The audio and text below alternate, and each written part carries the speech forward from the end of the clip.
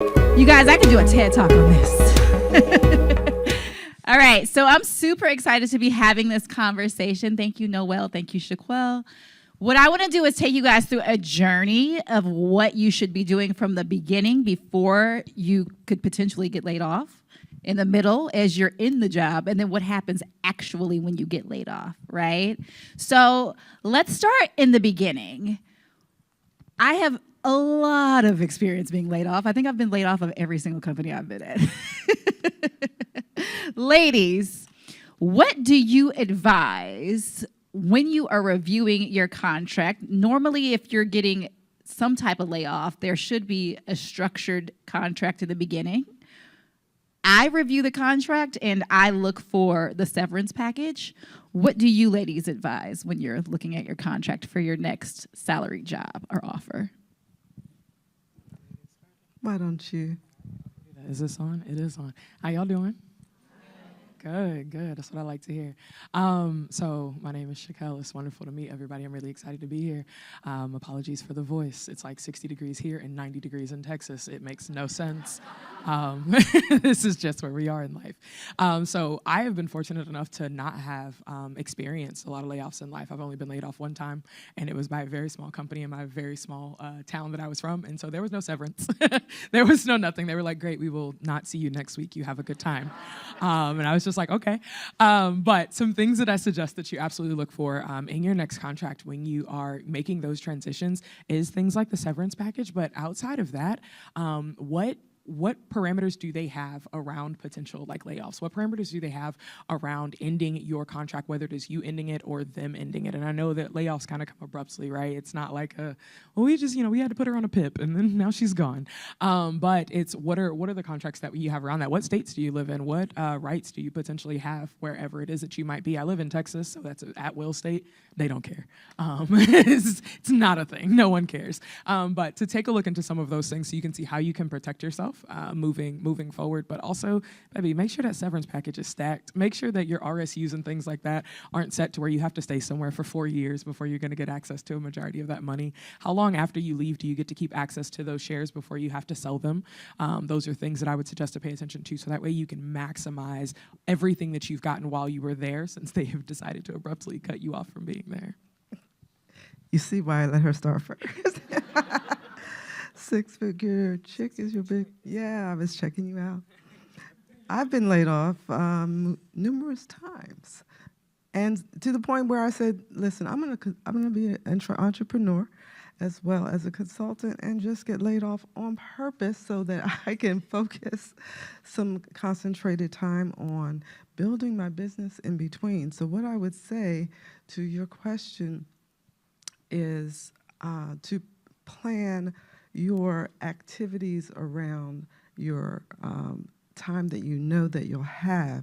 For example, I would accept a contract for 9 months, knowing that I had 3 months of the year to build my business. I ended up being able to write a book, being able to start my speaking career. I'm also CEO of Success Strategies Global, LLC, which is a boutique firm for leadership development and coaching. I agree with that. I highly recommend starting a business while you're employed. I think it's one of the best things that you could possibly do because you have somebody actually financing your business. So I totally am in alignment with that. So now, while you're in the job or you're in the role, what can you do to be preparing yourself if there is a potential layoff coming down the line? So for me particularly, what I like to do is double down on my personal brand. So what I'll do is for the first couple months, I may or may not, I'm kind of quietly creeping in, and all of a sudden I become like massive, and people are like, wait, who is this, right? So I like to kind of build that up, because you have that leverage in that time to kind of build that brand. For you all, how do you see yourselves building while you're at the actual company? Yeah, I absolutely agree. I subscribe to always be investing. Always be investing, number one, You must have a financial backing yourself. I like what Kimberly said earlier. Savings is a defense. Savings is investing in your future. And right now you're working, the company is investing in you. You must not live to the point where you don't have something, I say 25%, to go towards your future. I call it fund your superwoman. Who are you? What is your personal brand? And start funding that. I'm gonna tell y'all, you should always be interviewing. Always. I don't care if you got a job tomorrow. I want you interviewing at least 4 times out of the year. Once a quarter, you should be going and sitting in with somebody. Thing one, it's gonna help you with keeping up with what's going on in the interview process, right? So if you've not interviewed in 2 years, you now got laid off, what you gonna do? Are you prepared for what the interview process might look like? Does it look like, for those of you who are probably interviewing today and have interviewed 2 years ago, does it look exactly the same? Because it probably doesn't, right? So I am a big fan of always interviewing. I go to interviews for fun. I'm a CEO now. I don't even and somebody will DM me on LinkedIn. I'm like, you know what? Yeah, that sounds cool. Let's meet up. Like, let's talk about it real quick. And I do it now for market research, right? Like, I need to know how to tell my clients and my community, and how to put their best foot forward. But I absolutely subscribe to always interviewing. The other thing, and something that you just said, is about investing in yourself. These companies are investing in you not only in the form of your salary, but they are also investing in you in the form of your professional development stipends and things, right? Spend day money, man. Spend it. If they gonna give you a professional development stipend, bet. How can you get better? If you were potentially going to be laid off, because you never know, right? Or something might pop off. Jill and HR might just run you hot and you ready to go. So make sure that you are always ready to go. If you can use that stipend to get a new skill or to pick up on something, to start a new passion that you might be interested in, this is a really great opportunity to use the money that they are already giving you. That doesn't have to be money out of your paycheck, because I want you to spend your cash, baby. But do that too. I love that. Okay, so we've gotten to the end, and you know that the layoff is coming, or you may not know that the layoff is coming. Once that layoff happens, let's talk about your mental state. How do you approach it mentally? Some people are very scared and fearful. So how do you prepare yourself to mentally transition from now having a role to not having a role? Yeah, something you said about that. I got to say, what we need to do in terms of mentally preparing. Our personal value and our personal brand does not need to be tied to that job. I had to pause because I got a little emotional. Who are you outside of that job? Why do you take it? Don't take it personal, because they didn't fire you on a personal basis. They looked at some numbers, and somebody in finance said, cut this there, cut that there. Do not internalize that, because fear will paralyze you. Fear will tell you, you need to just, you weren't good enough, that's why they didn't keep you on. Don't let that play in your head. So what I do, the immediate thing to do is do not panic. Do not take it personally. Do not internalize that. But what we'll do is get used to being in your skin. Who are you outside of that? And I take some time to just build my self back up. I take time to build my body, what we've been neglecting during all this production that we've been doing. And in that, build your relationships. And I know you'll say, Shaquille tell you that most of your networking opportunities are right around you in your network. So take time to build that. I like to have, they gonna fire me. They gonna tell me I cannot come back. But I like to keep what I call a bad bitch list. And I tell everybody to write one. The second you start somewhere, I want you writing down every single thing that you do that is amazing. And it's gonna help you through every part of your career, not just when you're trying to leave. This is the same list you go back and reference when it's time for your review. And, you know, of course, they're not going to tell you what you did well. They are going to have a list of things you can improve on, right? But it's your job to bring to them the things that you did well so that you can convince them you deserve 5% more money. But that's a conversation for another time because we don't do that. But same list. I don't want you to attach yourself to your worth to the company itself that you work for, right? But like, your work, your output is your brand. You deserve to feel amazing about who you are and the work that you have done and that you have put in. And just because this organization may not see that, or you might not be the fit for them or where they want you to be in that moment, that does not take away from that bad bitch list that you got. It doesn't take away from all of those things that you've accomplished. And so I love to have that list. I use that list when I'm interviewing. I want to read it like right beforehand so I can go into it like, ha ha, about to mess y'all up. Don't even worry about it. I am the best seller you're going to ever meet. Don't worry about it.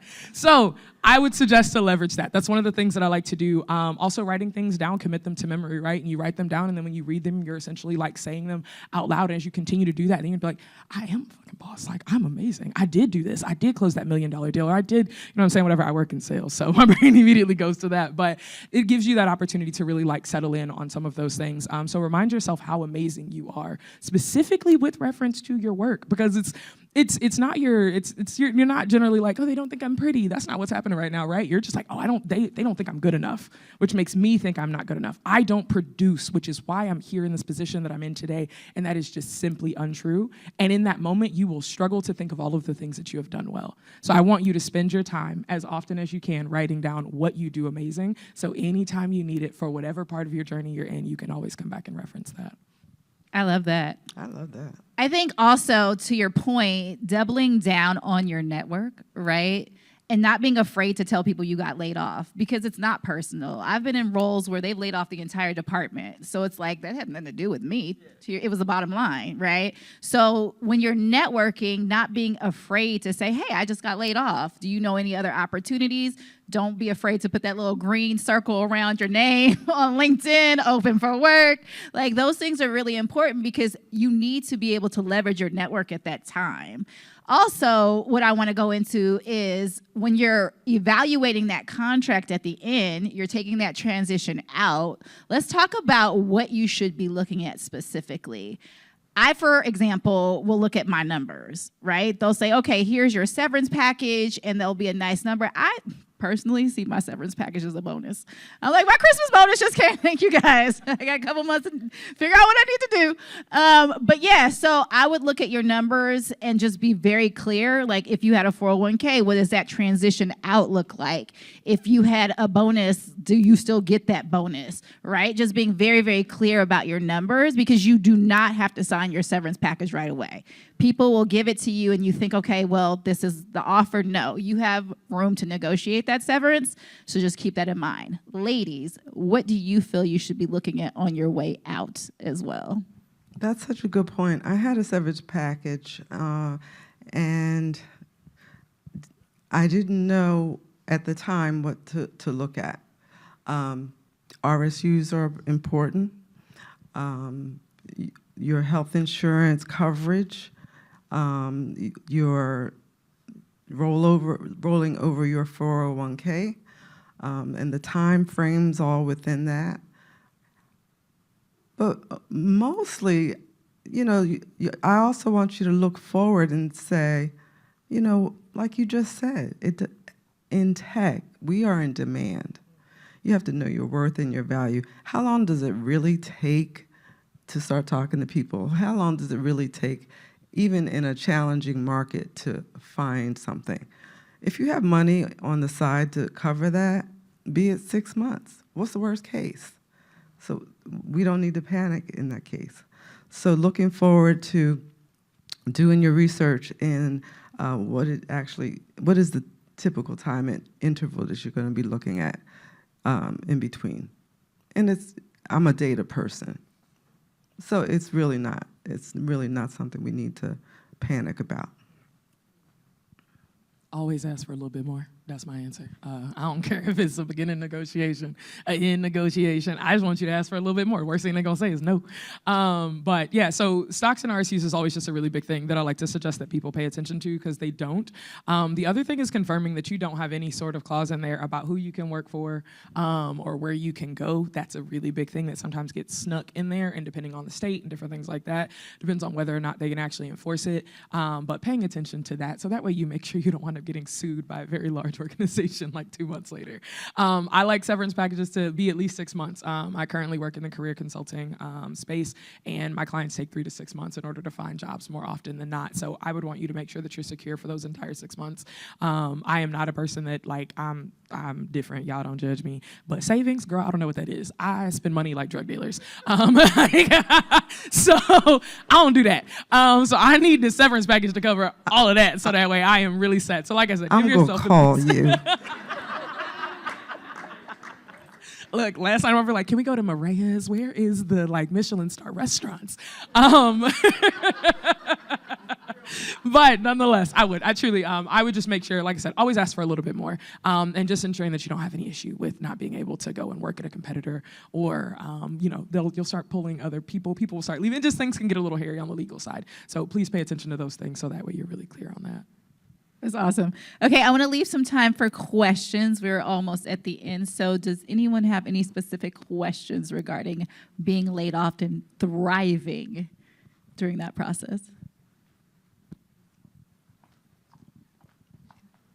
She coming at you.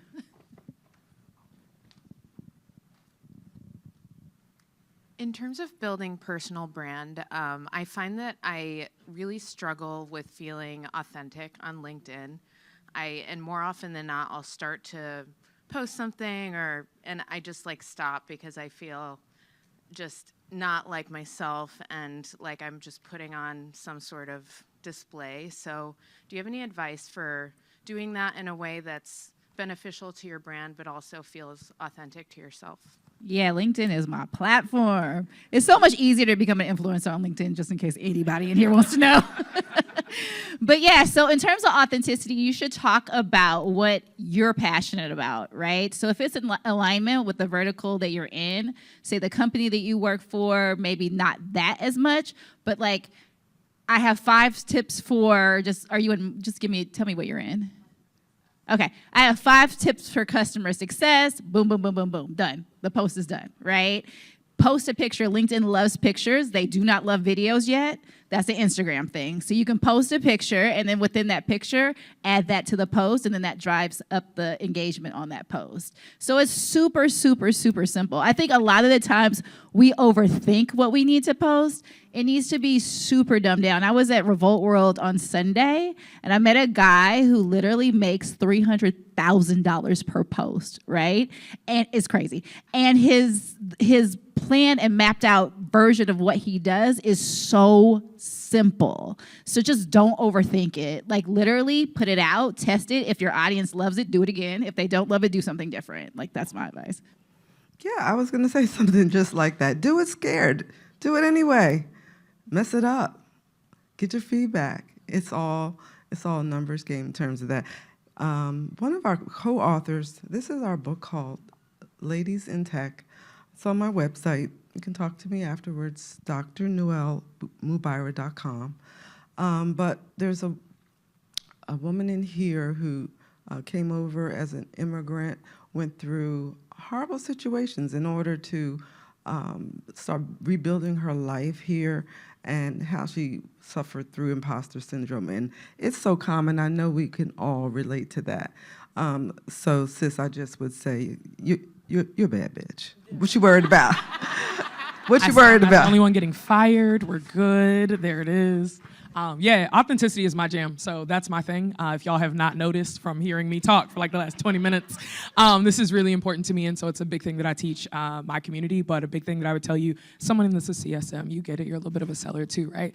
You don't need to sell, you need to give them the information and people will come find you. Put the content out there, it's your LinkedIn. It's not your company's LinkedIn, it's not I don't believe in that, I don't care who I work for, this is my LinkedIn. I will put what I want to put here and what's going to make me feel good and what I feel like people might want to know. Also, don't make LinkedIn difficult. If you don't want to, like create posts, please stop trying to go viral. I used to work at TikTok. Like, please stop trying to go viral. Create the content, the virality will come as it needs to. And so I tell my clients all the time, please don't feel the need to make like content at all. Comment on other people's stuff. That is how you spread your reach. That is how tens of, like literally hundreds, tens of thousands of other people are gonna see you, is based off you commenting on somebody else's post. Because you make your own post, nobody sees it. Where does that go, right? But somebody else has made a post, you comment on it, you give something authentic to it, you feed to it. And so find content that resonates for you and that you like. People will find you. The people that want to like connect with you and want to be in your space will find you, but that is how you build your brand. Love that. Next question. Yes, hi, my name is Sonora. I want to say, and I just got in here, so I'm hoping I'm not repeating anything, but that bad bitch list, make sure it's not on your work computer. Correct. Because you will get shut out as soon as they give you that. Get out of here. That is true. Lesson learned. But I have a question about the severance package. People tell you to have somebody to hire somebody. Would you recommend that? Or because I've been in that situation, I'm like, should I spend the money for it or should I not? I got lucky when I got my first severance package. A legal person did offer me free advice for the first time. But moving on in the future, I'm like, well, is this something that is typical, a normal thing to do? I'm just wondering if you would recommend that. Thank you. It depends on the situation. So I had a situation where I was forced to bring in legal because they weren't trying to adhere to the severance package. And I was like, wait a minute. There are some numbers there that we need to be paid out, right? So it totally depends on the situation. I've signed so many at this point that I know what to look for. If you feel necessary that you want to bring somebody in, if it's a big enough severance package and you can afford to bring somebody in, then I would definitely do that. If it's a small severance package, you've only been at the company for a couple of months, and they're like, here, we just want to part ways, then you're going to spend your legal budget on the severance package, right? So I would just look at the parameters and see what makes the most sense for you. What do you ladies think? You got What she said. We have one more question here. Hi, I'm Marcia Haygood, and I'm the president of my own company, Stepwise Associates, and also the author of the Little Black Book of Success, Laws of Leadership for Black Women. And when I also a former HR person, so I've seen both sides. I've never been downsized, but I talk to my clients about not only preparing for the possibility of losing their job, but starting that early on to sort of think about some things, talk to people who have been laid off, like you ladies, and talk about things that you should do, seeing the handwriting on the wall before it's actually written. Is there anything that you would recommend? I talk about, making sure your contacts are on your personal computer. I think you mentioned that. Making sure you know how to find people, but also networking, knowing who you need to know, and who needs to know you. And starting that process like you don't have a job. Is there anything like that that you would talk to people about who don't think they're going to get laid off, but possibly could? I would just say building with your peers. In a recent layoff, I won't go into too many details, but in a recent layoff, they laid off the entire department, right? So we all had to go into the same position. So all of us are out here now in the workforce, and we're all connected with each other. We all have a community where we're talking about, okay, this is what I'm doing, this is what you're doing. And knowing that that is now your network, right? So just building with your peers as you're at the company in the beginning. I wasn't as close to them as I could have been, but now we are leaning on each other very heavily. So I would say definitely to your point with the network, building with your peers from the beginning, knowing that you guys all could be in a very similar situation. Yeah, and I'd agree, and I'd tailor it to the tech founders, the entrepreneurs, not to be so focused on your day-to-day operations that you fail to build those networks. Because as an entrepreneur, nobody's going to tell you you're laid off. It's just you're going to find that your money is not meeting your overhead. So keeping some time on your calendar to reach out. But I network with everybody. I network with, where's my Say hello, Joy. We met in the airport on a vacation because we had, was it 3 hours? And she is a young lady in tech and also an assistant to me and a blessing. So, hey, I talk to travel contacts, business contacts, friends. I'm here because, in part, my dear friend Renaud Daniels is a college friend of mine. And we go way back, and evidently I didn't piss her off bad enough. She invited me to come. Hearing what we're doing in terms of Ladies in Tech, the book did go #1 Amazon bestseller, but because always be collaborating. I collaborated with these ladies, and now each of our 20 of the authors, each of our networks feeds into what we're doing, so it's so important. Network up. Please don't only network with the people that are like in your like team, right? So that's great and all, but if all of y'all get laid off, cool, who you talking to? Like, who's helping you out? So I would highly suggest to network up. I make friends with CEOs. I talk to everybody like I know them. That might just be me being Southern. I've never met a stranger. My mom will tell you I'm country. I'm real friendly and real social. So yeah, network up. Make sure that you're talking to all sorts of different people. Also taking note of like, what are processes looking like, and are there any like drastic changes? Whenever anybody starts asking you to like write down what you do, questions. Like, why do you need to know? You wrote the job description. You know what I do, bro.